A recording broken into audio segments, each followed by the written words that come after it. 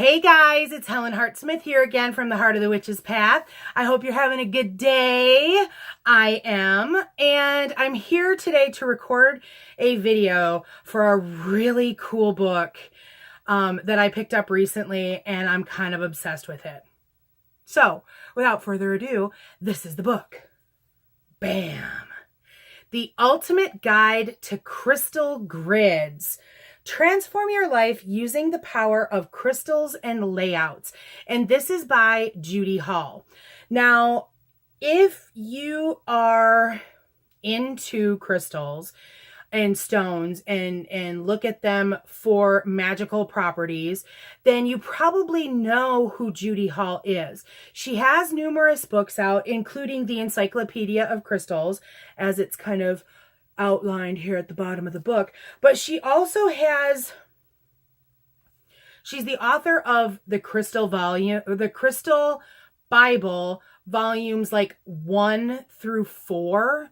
I think there's at least 4 out, maybe more. I don't know. She has numerous books out. They're all about crystals, as far as I know. She might write about other things, but to me, she's mostly known for her crystal knowledge. She also has a book on working with crystal skulls, which a friend of mine recommended. So, I have been interested in crystal gridding lately. I have always used stones in my practice when it comes to spell work and things like that, but I've never had a large stone collection. I've generally just bought some things here and there, and you know, as I needed things, I would purchase them, kind of a thing. But now that I want to get into crystal gridding, if you know about crystal gridding, then you'll kind of understand where I'm going with this. But if you aren't familiar with crystal gridding, you can use multiple stones. Like, as you can see here, you know, these bright pink stones, these are all the same stone. And then there's like some pink, those are double terminated. And then there's some, they look like maybe some amethyst and some black tourmaline and maybe some Herkimer diamonds. And so when you do crystal gridding like this, you need more than one. And so I've been looking into kind of building up my stock of crystals and stones that I have on hand. So it's an interesting subject, and crystal grids can be used for any number of intents. So I picked up this book at my local New Age store, Coyote Wisdom in Lansing, if you live in the mid-Michigan area. Am I right? Yeah, Coyote Wisdom. Yeah, I had to think about, I've been to like a lot of rock shows and stores lately, so I had to think about where I was when I purchased this. So this book is $24.99. It is a 2018 copyright, so this is a brand new book. This is about 190 pages. So let's talk about this book. I was so happy that I found, like, I feel like it was kismet that I get this book, because when I decided I'm going to look for a crystal grid book, here was one by Judy Hall, who is an author that has been recommended to me by numerous people, including my Coven sisters. Many of them have books by Judy Hall already. And so this was the only one in stock. And so I feel like it was very fated that this book come to me when it did. And so it's a quick read. There's a lot of really great color pictures in here, kind of like, you know, what you saw on the cover. And here, there's, you know, layouts and things like that. And so the information in here, I am finding to be incredibly helpful as I kind of prepare myself and prepare my space and prepare my stones and crystals to do my first actual grid. And so there's a lot of incredibly helpful and useful information. She talks a bit about the flower of life and the different sacred geometry shapes that are implemented in the use of crystal grids.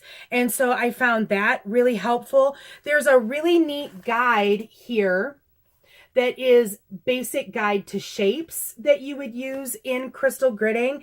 And so there's everything from circles and triangles to spirals and pyramids and the pentacle and the hexagram and things like that. And she goes into what intent would you use a circle shape for? So that is like amazing and good. And she talks about colors. She talks about colors of stones. She talks about colors in general. She talks about the different shapes of stones, because for instance, you could have a raw stone. Let me grab, because I can do it really quickly. You can have like a raw stone like this aventurine. This is in case anybody doesn't know what we're talking about here. You could have a tumbled stone like this angelite. This is tumbled smooth. So that's an angelite. And yes, I keep mine in little pouches right now to help me identify them. I'm almost to the point where I don't have to with a lot of the stones that I work with a lot, like the angelite. But anyhow, there's chips like these carnelian. Oh, are you going to focus for me? I know you want to. There you go. There's little chips there that work really well for in-depth, you know, shapes and things like that.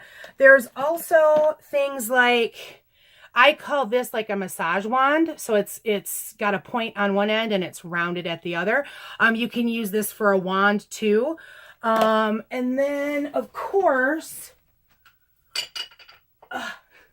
there's things like towers, like this one.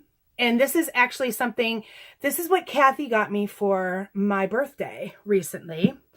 And then of course there's spheres like this one. So she goes into information about the different shapes and different forms that you can come into contact with crystals. So that is really interesting. She talks about preparing like the space and the grid and the crystals and how to do that. I mean, as a witch, I've cleared and charged stones all the time, but she talks about how to prepare your area and things like, and preparing the stones for the actual intent of the crystal grid that you want to set up and work with. She also has a recipe in here because you know me, I'm all about recipes. So if anybody wants me to like film making this, because I do plan on making it, then let me know and I'll film the actual making of it.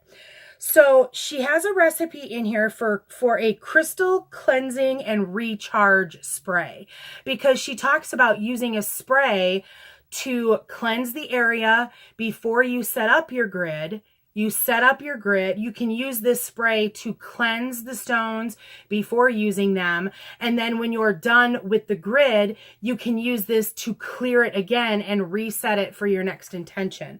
And so it's pretty easy to do. So if you're interested, I would definitely film that and share that with you guys. Let's see. There's steps in how to set up your grid, specific steps, which are really helpful. And there's actually pictures too, you know, gathering your supplies, and then here's using the spray, and here is putting your intention, stating your intention into the stones and then laying them out. So that's really nice. I'm a pretty visual person, so it's kind of nice to see those kinds of pictures in a book like this. So she talks about the chakras, and then the biggest part of the book is actual different grids. And so for a beginner like me, I'm really excited to look at this. So she's got a section of basic grids, and as you can see, we've got a spiral shape. This particular grid is for, where is it? Oh, it's It's not right here. I think it's back in the section a little bit. But what she does is she tells you what the grid is, what is it for, and she gives you a list of things that you will need. And so, for instance, in this grid, she's using Herkimer diamonds and citrine points, as well as, I think that's a tiger eye in the center. So she tells you like the number, but instead of saying you need to have citrine and you need to have Herkimer, she gives you a list because she's using these for their intent, not that you have to use these particular stones, but you need to have, you know, you need to have a stone that has whatever Herkimer diamonds are. And so she's not saying that you have to have these, because I don't know if y'all know this, but little Herkimer diamonds are like $2 a pop. And that's kind of insane. Especially for the number that you're looking at in that particular grid.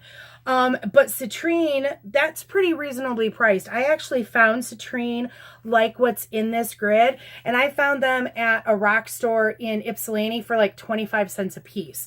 So that's kind of neat if you're trying to build up your stock to be able to do a grid like this. So that's kind of groovy. But so she then, you know, outlines again how to lay out the grid and dismantle it and things like that. So there's all kinds. Here's a pentacle, okay? And that's for abundance and attraction. So she moves into more, there's also pages like this where she will talk, there's nice pictures of the stones, and she actually talks a little bit more in depth about them. So I really appreciate that, because again, visual. She goes into advanced grids and starts getting into some of the more things like what was on the cover and this one here. I like the fact that she's using different sacred geometry shapes. There we've got the tree of life. Because before kind of starting to look at this, I was thinking that you did everything on a flower of life, but I'm trying to watch some YouTube videos, and with this book, I'm seeing that there's other shapes. So that's kind of cool. So you're not limited to just the flower of life. And then there's some grids for like ancestral work. So there's a section on specific grids. So let's see. We have like grounding, using your physical body. So that's kind of nifty. There's, where is the one? Heart and immune system, using stones again on your body. So that's cool. She has some in here where you would use pictures of a person, for like serious illness. So that's really neat. Creativity and fertility. So if you were a couple that were trying to get pregnant and having difficulties, you could do a grid for that intent. There's abundance. I really dig this one because this is actually a labyrinth that's like a little tray. So you can put small stones in that little groove. And so that is an inner self meditation. Labyrinth work is really interesting to me. So that's, I think that's why that one spoke to me. But there was also an ancestral grid, and that was like way towards the back here. But that was for, if I remember correctly, it was for kind of working out some past life stuff. Or am I thinking the wrong? Oh no, that was that one. Person to person. This is what I was thinking about. You know, about connecting person to person. This one I thought was really interesting too. This is like an EMF and toxic extra energy clearing. So if you work on a computer all day, you might want to set up a crystal grid like that just to kind of keep that EMF from affecting you. So I thought that was really neat. There's a whole glossary section at the back, and there's a really nice resources page, and there's a really nice index in the back. So all in all, I think this book is incredibly helpful. And as far as like a brooms, I'm gonna, I was thinking that there was one thing that was like holding me back from giving this a 5. And I don't remember it right now, so I guess I'm giving it a 5. A 5 out of 5 brooms. I love the visualness of it. I like the colored pictures. I like the step-by-steps. I like the fact that she's giving you recipes while also giving you an opportunity to put in, you know, something that you have on hand instead of going out and buying something else. Adaptability. I think that's always really important for me when it comes to spell work and correspondence work and things like that. So yes, I'm giving this a 5 out of 5 brooms. It's a new book, so it might be something that some of you guys haven't seen before. I am really enjoying it. It's a quick read. So if you're into crystal grids, check it out. If you have this book, I would love to know your thoughts on it. So please share. If you have another crystal grid book that you think would be helpful, again, I would like to hear about it. So let me know what your favorite crystal grid book is if you have one. So if you liked this video, please give it a thumbs up. I would love to hear comments below. As I said, if you haven't done so already, please hit that subscribe button. We love to have you coming back here to the channel. You can always email me at heartofthewitchespath@yahoo.com, and make sure to check out the Instagram. We're trying to have fun over there and posting some fun pictures of witchy life and things like that. So that's going to be it for this video. Thanks for walking the path for a little while with me, and until next time, blessed be.